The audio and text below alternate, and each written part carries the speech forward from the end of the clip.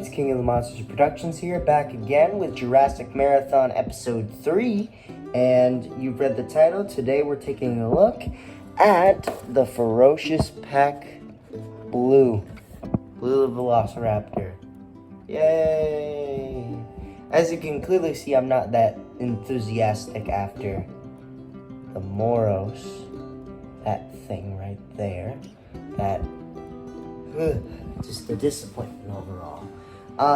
And blue is shaping out to also be another disappointment because, as you can clearly see, the toes are not painted. We'll get into that when we look at the figure.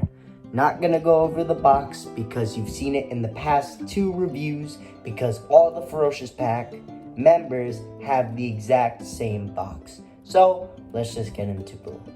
So, blue is being a little bit of a pain. So, there you go. Alright, blue is out of the package. Throw the box away. And let's take a look at blue then. Wow. First impressions, it's nothing, special. We've seen blue several times, like a lot of times, throughout the first Fallen Kingdom wave. And, throughout the entirety of Mattel was, run with the Jurassic World license, we've seen many Velociraptors in blue. The sculpt, as usual, is phenomenal. That's something I can say about this figure over Moros, is the fact that its sculpt is amazing. Unlike Moros looks ugly, an abomination. I think if my channel ever, gets even bigger, I'm gonna turn Moros from Mattel into a meme. I promise you that. In the future, if my channel gets big enough, I will make Moros a meme. Put that in the comment section. I want to see that support. Anyway, yeah, so blue looks okay. Nothing really to say here. It's definitely blue. I mean, it's got that beautiful blue line down both sides of the animal. So, blue looks good. She looks faithful. We could get into paint right now, and paint, disappointing.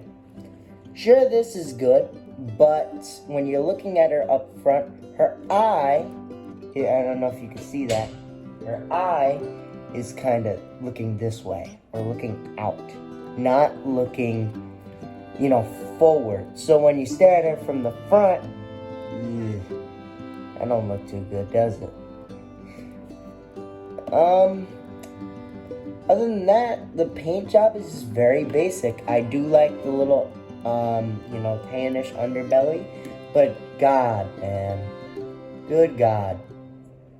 Number one, you can see the pink at the bottom of the neck again, and that's something I failed to mention with Moros, same thing. What happened, Mattel? What happened? You used to be good at hiding these, if I'm correct. Maybe they weren't. I don't know. Maybe they never were.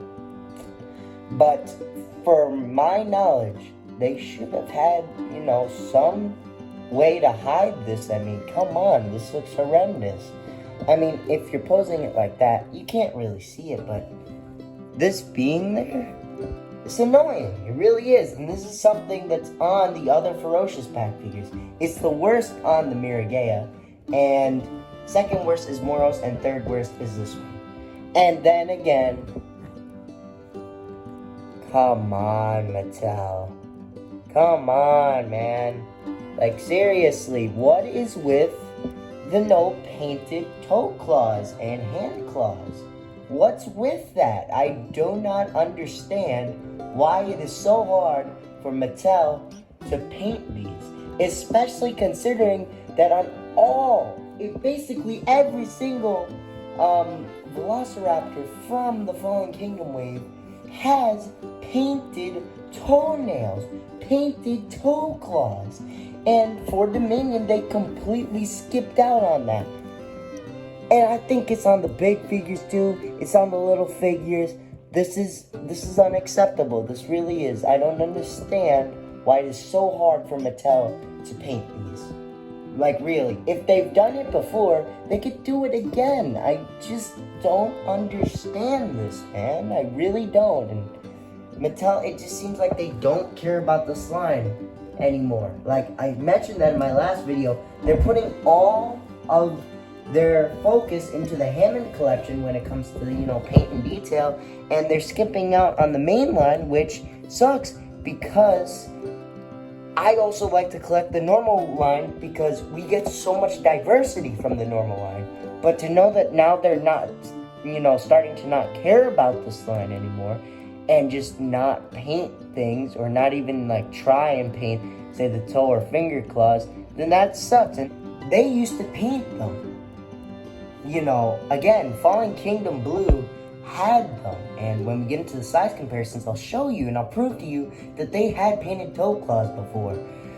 But articulation, basic stuff, the head, go 360 up and down, side to side, everything. It's got a full 9 yards.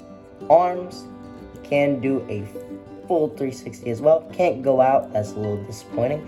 And the legs do full 360 and they're stiff, so they lock into position. That's good. That means that this figure should stand in due time. And the tail can also swivel. It's also pretty tight, and it also locks back into place.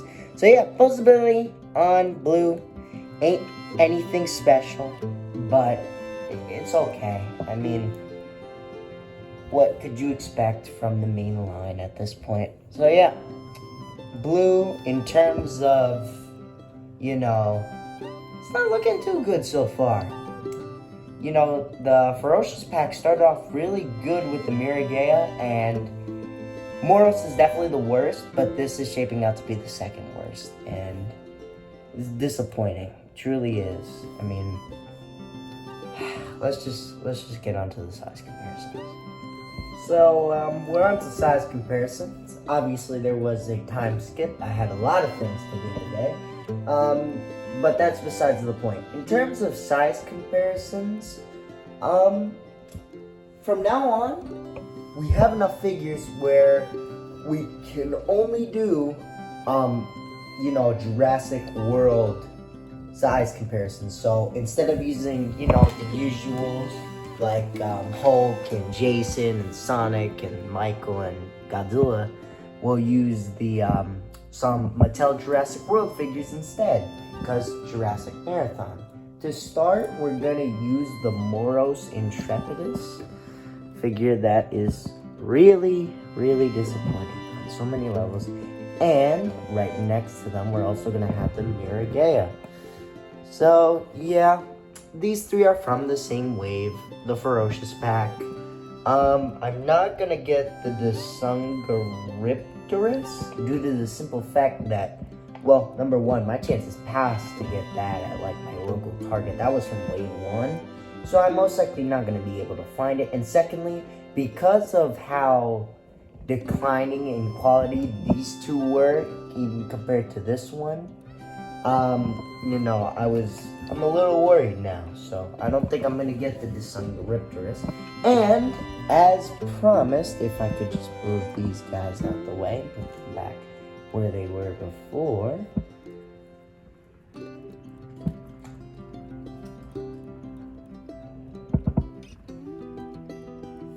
Yeah, I like to set them up the way that they were. As promised, I did in fact get my Jurassic World Fallen Kingdom Blue figures to compare them to. To start off, we're gonna use the very first Blue figure Mattel released, and that was in the Attack Pack wave, the very first, Ferocious pack type wave that ever came out from Mattel, for like the first wave of Jurassic World Fallen Kingdom figures. Here it is. After almost 2018, and this figure is still standing. That is shocking. And yes, as you can clearly see, both of them do not have painted toenails or fingernails, which is disappointing, but other ones do, such as the This is another blue from Fallen Kingdom. This is the one that came with Owen. And this one has painted toe claws, as you can see. Take a look at that. So yeah, they got painted toenails, and these two don't. So yeah, a little strange. And another one, which is my personal favorite blue that Mattel have released so far, you have the Battle Damage blue, which this one is also from Fallen Kingdom, from the Battle Damage wave. And this one is not only the most articulated out of all of these, it is also got the painted toe claws. So why Mattel didn't go with the painted toe claws, I have no idea.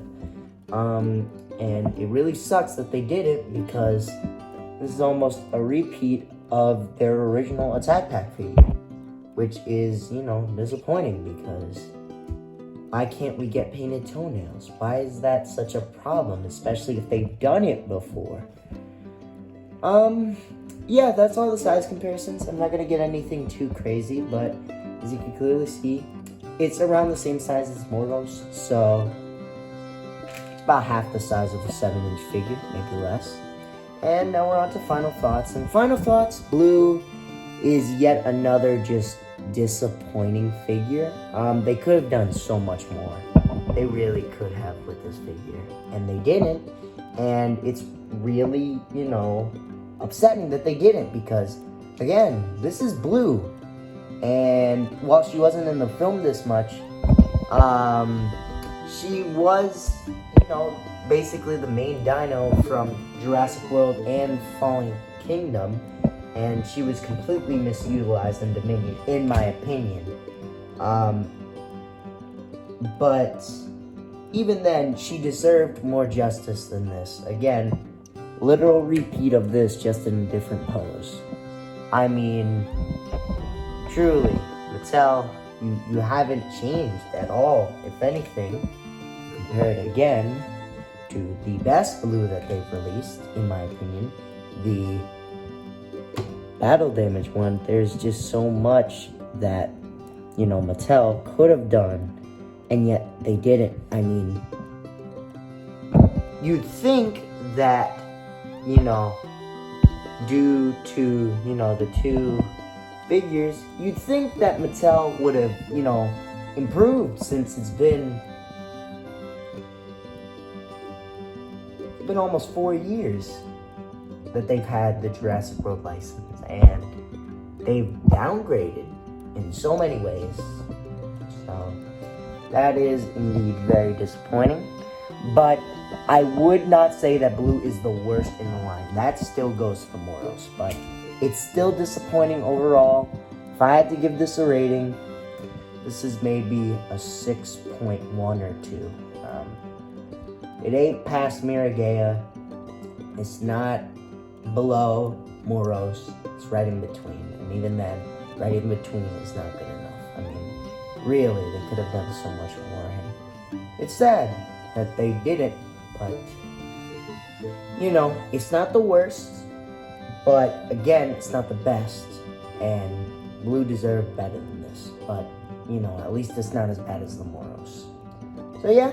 That concludes our Ferocious pack wave. There are no other figures in the Ferocious pack that I have currently in my possession to cover on Jurassic Marathon. So the Ferocious pack is done, and now we can get into the 2-packs, which next episode we'll be covering the first of the 2-packs. So yeah, that's it, everybody. This is King of the Monsters Productions, and see you guys in the next video. Goodbye, everyone.